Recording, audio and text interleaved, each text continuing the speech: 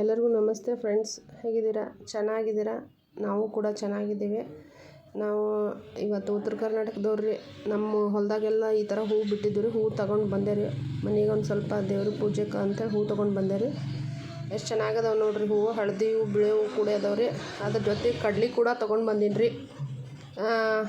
ನಮ್ಮ ಕಡೆ ಉತ್ತರ ಕರ್ನಾಟಕ ಸೈಡ್ ಒಂದು ಮೆಣಸು ಕಡ್ಬು ಅಂತ ಮಾಡ್ತಾರೆ ರೀ. ಒಂದು ರೆಸಿಪಿಗೆ ಬೇಕಾದ್ರೆ ಸಾಮಾನು ಗೋಧಿ ಹಿಟ್ಟು 1 ಬಟ್ಲು, ನೆಕ್ಸ್ಟ್ ಬೆಲ್ಲ 1 ಕಪ್, ಮತ್ತು ಒಂದು 8ರಿಂದ 10 ಮೆಣಸುಕಾಳು ಮತ್ತು 2 ಏಲಕ್ಕಿ ತೊಗೊಂಡಿದ್ದೀನಿ ಘಮ ಬರೋದಕ್ಕೆ.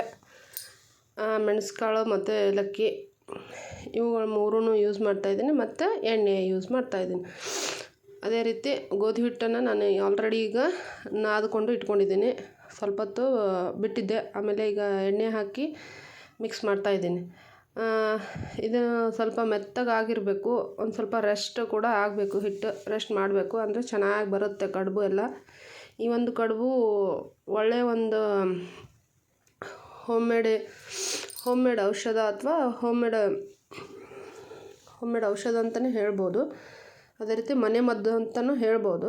ಇದು ನೆಗಡಿ, ಶೀತ, ಕೆಮ್ಮು ಮತ್ತು ಗಂಟ್ಲು ಕಿರಿಕಿರಿ ಯಾವುದೇ ಆಗಿರಲಿ ಸರಳವಾಗಿ ಚೆನ್ನಾಗಿ ಒಂದು ರಿಸಲ್ಟನ್ನು ಕೊಡುತ್ತೆ, ಒಳ್ಳೆಯದಾಗುತ್ತೆ. ಈ ರೀತಿ ಹಿಟ್ಟನ್ನು ಮೆತ್ತಗಾಗಿ ನಾದ್ಕೋಬೇಕು.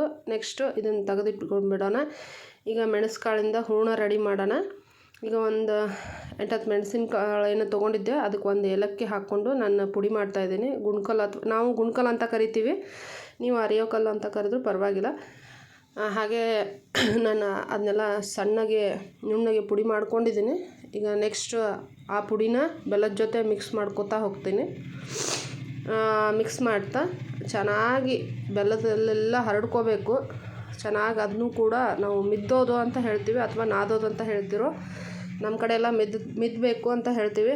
ಹಾಗೆ ನಾನು ಮೆಣಸುಕಾಳು ಮತ್ತು ಏಲಕ್ಕಿ ಪುಡಿ ಏನು ತಯಾರು ಮಾಡಿಟ್ಕೊಂಡಿದ್ದೆ ಅದನ್ನು ಬೆಲ್ಲದ ಜೊತೆ ಸರಿಯಾಗಿ ನೀಟಾಗಿ ಮಿದ್ಕೊಂಡಿದ್ದೀನಿ. ಅದನ್ನೊಂದು ಚೆನ್ನಾಗಿ ಒಂದು ಉಂಡೆ ಥರ ಮಾಡಿಕೊಂಡು, ಇಷ್ಟ ಆದರೆ ಸಾಕು. ಅದರಲ್ಲೆಲ್ಲ ಖಾರ ನಾವು ಮೆಣಸುಕಾಳು ಹಾಗೆ ತಿನ್ನೋಕ್ಕಾಗಲ್ಲ.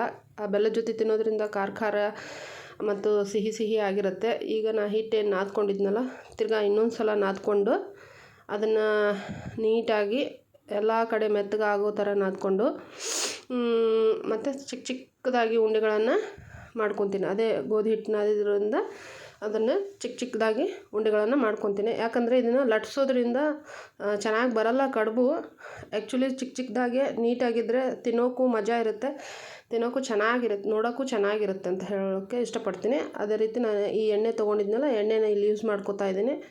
ಈ ಥರ ಕೈಲೇ ಒತ್ಕೊಂಡು ರೌಂಡ್ ಶೇಪಲ್ಲಿ ನಾವೇನು ಗೋಧಿ ಹಿಟ್ಟು ನಾದ್ಕೊಂಡಿದ್ವಲ್ಲ, ಅದು ಚಿಕ್ಕ ಉಂಡೆ ಮಾಡ್ಕೊಂಡಿದ್ರಲ್ಲಿ ರೌಂಡ್ ಶೇಪಲ್ಲಿ ಹುಣ್ಗ ರೆಡಿ ಮಾಡ್ಕೊಂಡಿದ್ವಲ್ಲ, ಬೆಲ್ಲ ಮೆಣಸಿನ ಹುಣ್ಗ, ಅದನ್ನು ಸ್ಟಫಿಂಗ್ ಮಾಡಿ ಕಡುಬು ಆಕಾರದಲ್ಲಿ ನಾನು ಫಿಲ್ ಮಾಡಿ ಅದನ್ನ ಕಡುಬನ್ನ ಒತ್ತಾಯಿದ್ದೀನಿ. ಈಗ ಕಡುಬನ್ನು ಕವರ್ ಮಾಡಿ ಆಯಿತು. ಅದೇ ರೀತಿ ಈಗ ಒಂದು ಕಡುಬು ರೆಡಿ ಆಯಿತು. ಇನ್ನೊಂದು ಕಡುಬನ್ನು ರೆಡಿ ಮಾಡಿ ತೋರಿಸ್ತೀನಿ ನಿಮಗೀಗ.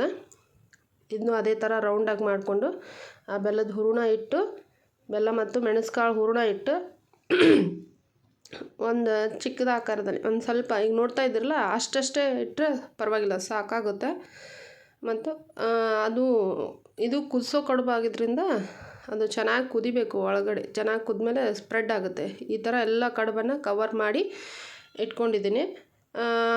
ಮತ್ತು ಈಗ ಗ್ಯಾಸ್ ಹಚ್ಚಿ ಗ್ಯಾಸ್ ಆನ್ ಮಾಡಿಕೊಂಡು ಸ್ಟವ್ ಆನ್ ಮಾಡಿಕೊಂಡು ನೆಕ್ಸ್ಟ್ ಒಂದು ಅಗಲವಾದ ಪಾತ್ರೆ ತೊಗೋಬೇಕು. ಅಗಲವಾದ ಬಾಳಿಗೆ ಆಗಿರಲಿ, ಕಡಾಳಿಗೆ ಆಗಿರಲಿ, ಯಾವುದಾದ್ರೂ ಸ್ವಲ್ಪ ಅಗಲ ಇದ್ದರೆ ಚೆನ್ನಾಗಿರುತ್ತೆ.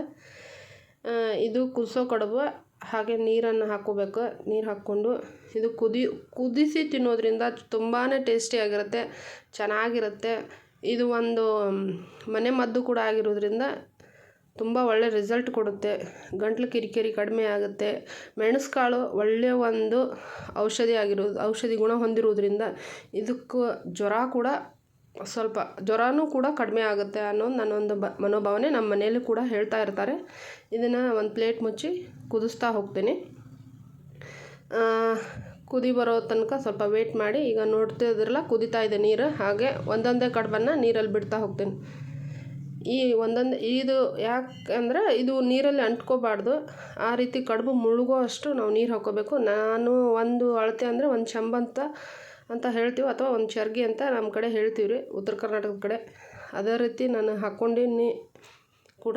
ಈಗ ನೋಡ್ರಿ ಒಂದೊಂದನ್ನು ಸ್ವಲ್ಪ ಬಿಡಿಸಿ ಹಾಕ್ಕೋಬೇಕ್ರಿ ಸೌಟಿಲಿ ಅಥವಾ ಕುರುಗಳಿಗೆ ಕಡುಬುಗಳಿಗೆ ಸ್ವಲ್ಪ ಅಳ್ಳಾಡಿಸ್ತಾ ಇದ್ದರೆ ಅಥವಾ ಬಿಡಿಸ್ತಾ ಇದ್ದರೆ ಚೆನ್ನಾಗಿ ಅವು ಕುದಿತವೆ. ಇವೇನು ಕೇವಲ 1-2-3 ನಿಮಿಷದಲ್ಲಿ ಇವು ಕುದ್ಬಿಡ್ತಾವೆ. ಇವು ಕುದ್ದೈತೋ ಇಲ್ಲೋ, ಕಡುಬು ಬೆಂದಿತೋ ಇಲ್ಲೋ ಅಂತ ನೋಡೋಕ್ಕೆ ಸ್ವಲ್ಪ ಸ್ಪೂನಲ್ಲಿ ಹಿಡಿದ್ರೆ ಜಾರ್ತಾ ಹೋಗ್ತೈತೆ ರೀ ಕಡುಬು, ಅವಾಗ ಬೆಂದಿರುತ್ತೆ ರೀ. ಈ ಕಡುಬು ನಾವು ತಗೊಳನ್ರಿ, ಬೆಂದೈತಿ.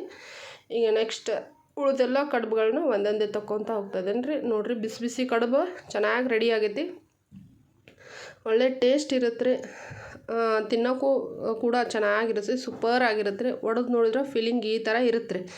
ಒಳಗೆ ನಾವೇನು ಅದು ಬೆಲ್ಲ ಮತ್ತು ಮೆಣಸುಕಾಳು ತುಂಬಿದ್ವಲ್ಲ ಅದೇ ರೀತಿ ಇರುತ್ತೆ ರೀ. ಇಷ್ಟೇ ಚಿಕ್ಕದಾಗಿ ಕಡುಬು ಇರುತ್ತೆ ರೀ, ಸೂಪರ್ ಆಗಿರುತ್ತೆ ರೀ. ತಿಂದ್ರೆ ಖುಷಿ ಆಗುತ್ತೆ ರೀ. ರಾತ್ರಿ ಊಟಕ್ಕೆ ನಾನು ಕಡುಬು ಮತ್ತು ಅನ್ನ ಬೇಳೆ ಸಾರು ಮಾಡಿದ್ದೆ ರೀ. ತಿಂದು ನೋಡಿರಿ ಹೆಂಗಾಗೈತಿ ಹೇಳ್ರಿ. ಲೈಕ್ ಮಾಡಿರಿ, ಶೇರ್ ಮಾಡಿರಿ, ಕಮೆಂಟ್ ಮಾಡಿರಿ. ಪ್ಲೀಸ್ ನನ್ನ ಚಾನಲ್ನ ಸಬ್ಸ್ಕ್ರೈಬ್ ಮಾಡಿರಿ. Thanks for watching.